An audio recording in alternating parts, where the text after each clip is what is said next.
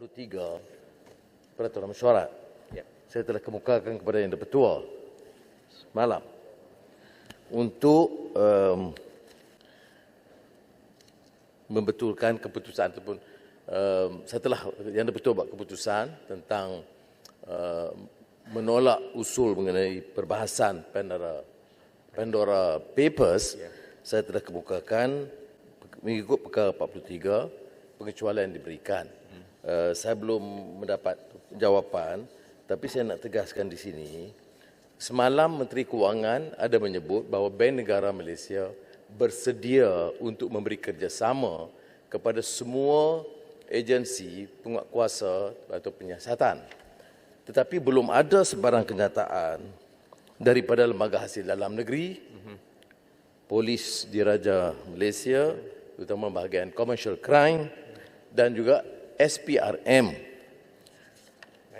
Timbalan Yang Di-Pertua, dari 19.9 juta dokumen Pandora Papers, 119,000 dokumen terkait dengan warga Malaysia.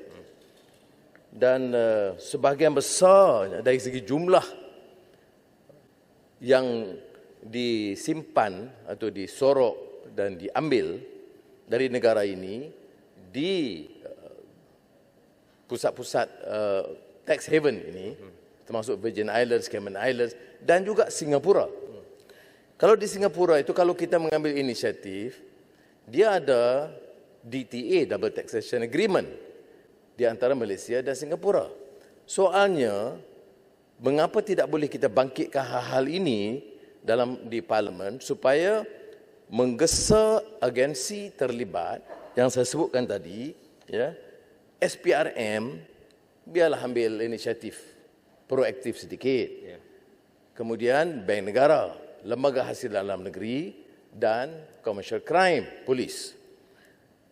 Dan sekiranya dirujuk ke Singapura, ada bahan-bahan yang boleh kita tuntut. Kerana ramai pembesar-pembesar, tokoh-tokoh politik, sebelum sampai ke Virgin Islands, Cayman Islands, tax haven, dia guna Singapura sebagai pusat menyimpan dana besar. Soalnya, kalau mereka tidak bersalah, mereka boleh jelaskan.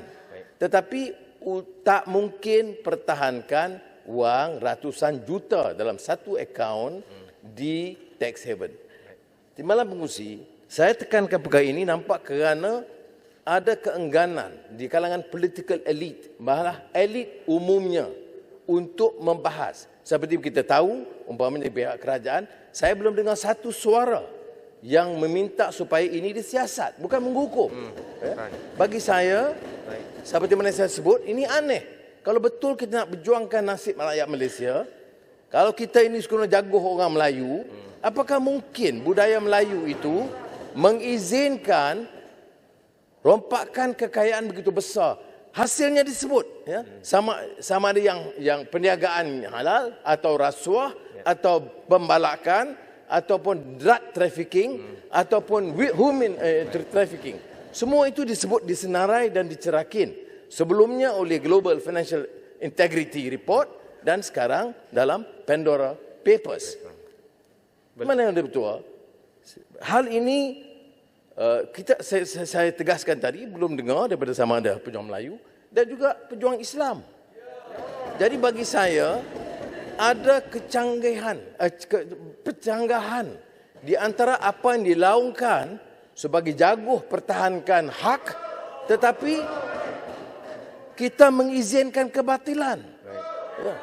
Negara miskin, yang menganggur dah jutaan, yang kelaparan ramai, tetapi dalam pada itu, pemimpin-pemimpin memunggah ratusan juta dan sistem kerajaan yang ada ni seolah-olah memadam dan melindungi mereka. Saya buat tuduhan yang jelas kerana hal ini kita suarakan dari Global Financial Integrity Report 2012. Sampai sekarang tidak ada tindakan. 2012, Bank Negara ada sebut sedikit saja tentang kita siasat dan tidak semuanya tepat. Tak apa. Dia tak 1 trilion, 100 bilion umpamanya. Tapi siasatlah.